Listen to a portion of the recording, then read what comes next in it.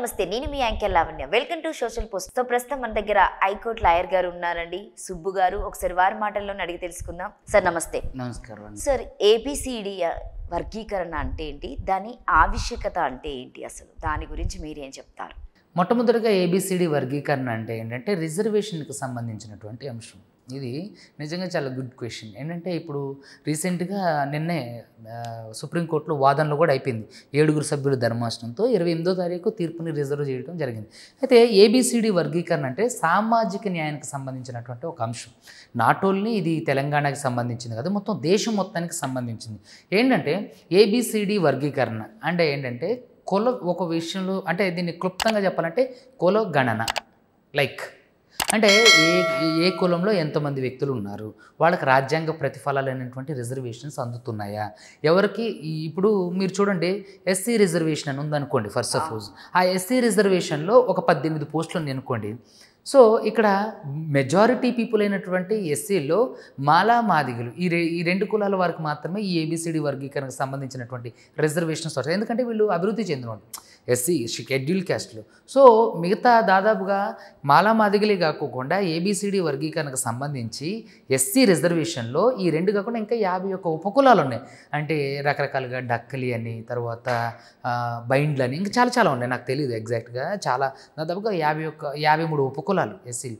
So వీళ్ళు మాత్రమే దానికి సంబంధించినటువంటి ప్రతిఫలాలు పొందుతున్నారు. అట్టడుగు వర్గాలైనటువంటి మిగతా ఎవరైతే క్యాస్ట్లు వాళ్ళు ఉన్నారంటే దాంట్లో సంచార జాతుల వాళ్ళు ఉన్నారు, భిక్షాటం చేసే వాళ్ళు ఉన్నారు, రకరకాల జాతుల వాళ్ళు ఉన్నారు. సో వాళ్ళ అభివృద్ధి అనేది వెనకబాటుకు గురవుతుంది.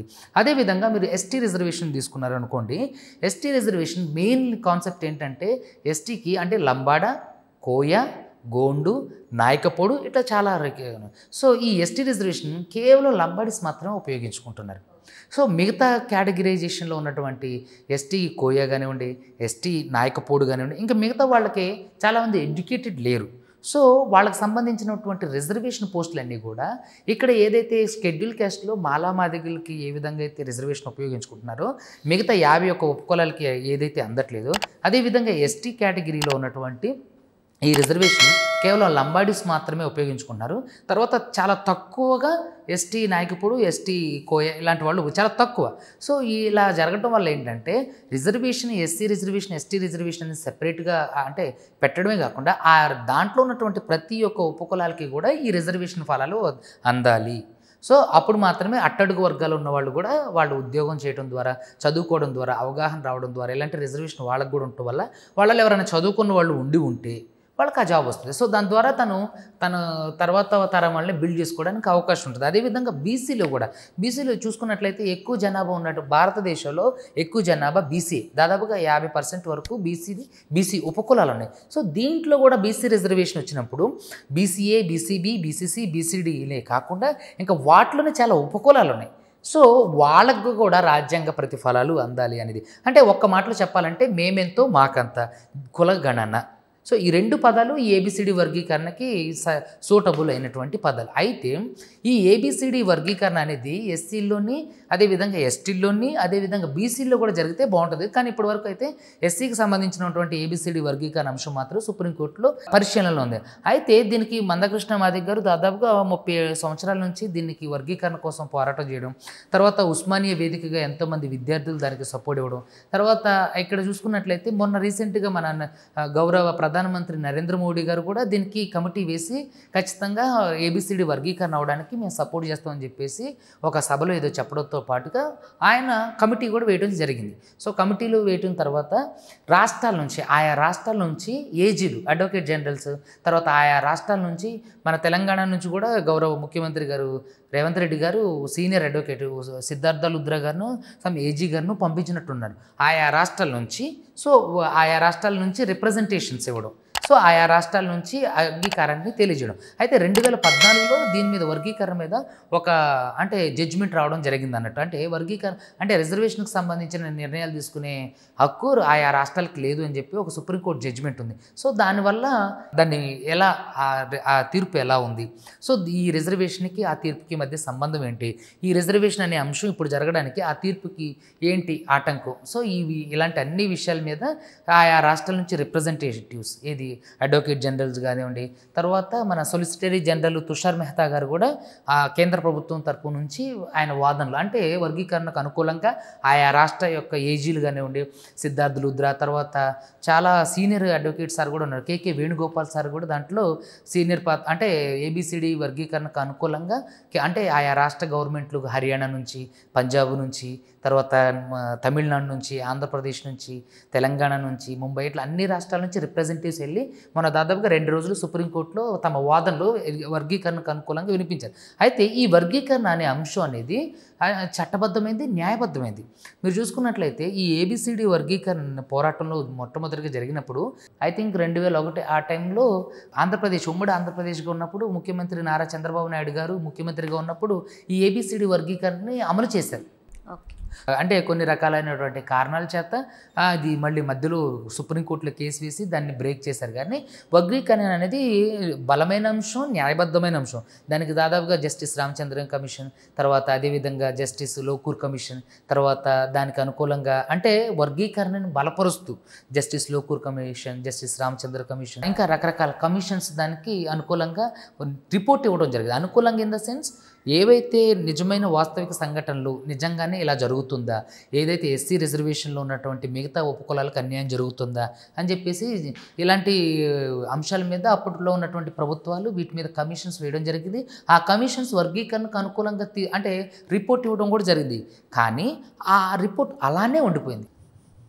Justice Lokur commission, justice Ramachandra commission, ఇట్లా రకరకాల కమిషన్, ఇంకొకటి ఉంది ఏదో కమిషన్. సో ఇట్లాంటి కమిషన్స్ అన్నీ కూడా వర్గీకరణకు మద్దతుగా అవును ఈ ఎస్సీలో ఉన్నటువంటి 53 ఉపకులాల్లో చాలామందికి అన్యాయం జరుగుతుంది, సో ఈ ఏబిసిడి వర్గీకరణ అంశం అనేది బలమైంది, న్యాయబద్ధమైంది, మీరు చేయొచ్చు అని చెప్పేసి అప్పుడు ఉన్నటువంటి రకరకాల కమిషన్స్ కూడా చేయడం జరిగింది.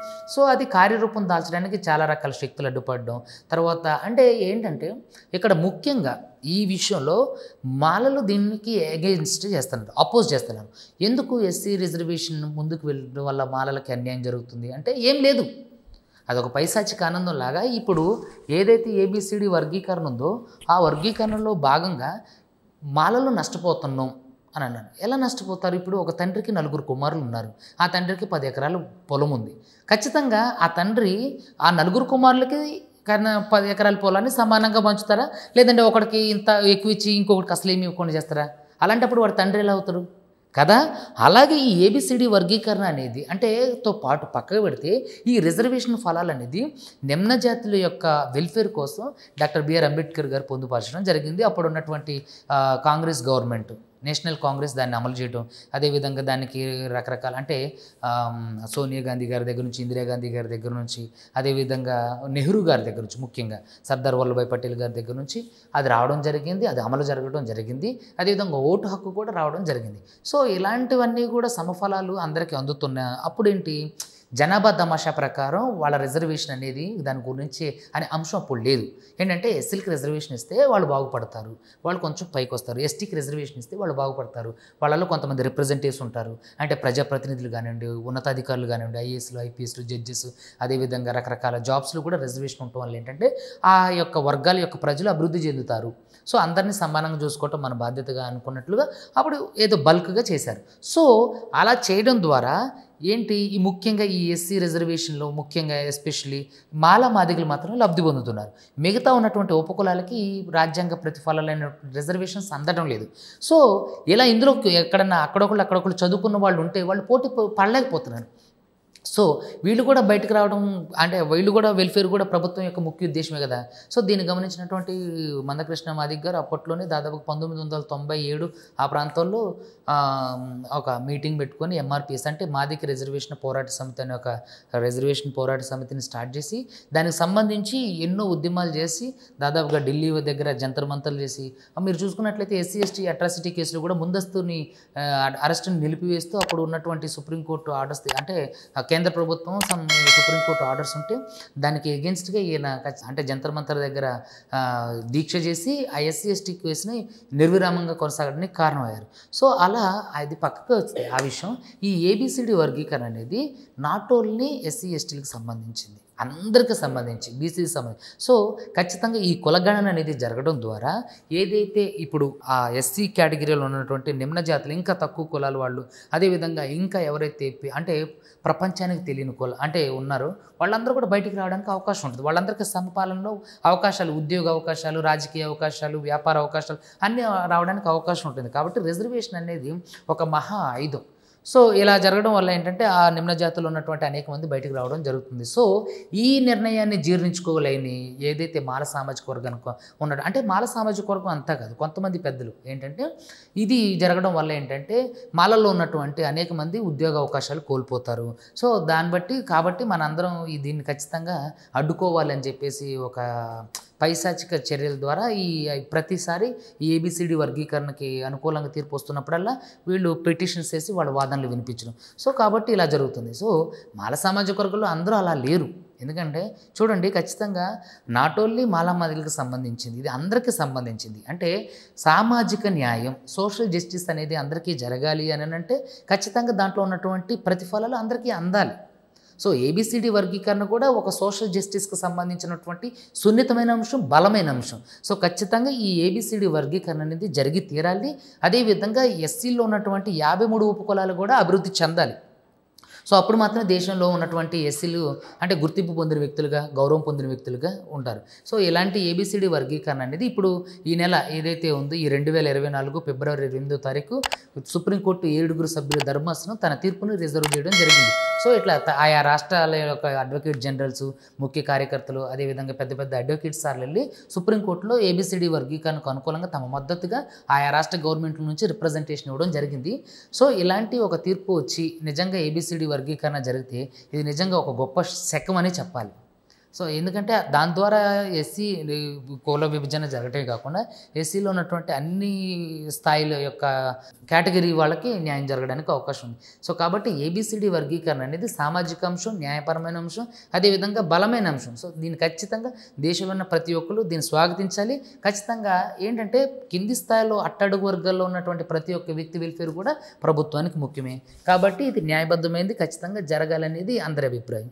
Thank you so much Subbu sir, చాలా బాగా చెప్పారు. ఈ వీడియో కనుక మీకు నచ్చితే లైక్ చేయండి, షేర్ చేయండి, కామెంట్ చేయండి. థ్యాంక్ యూ అండి.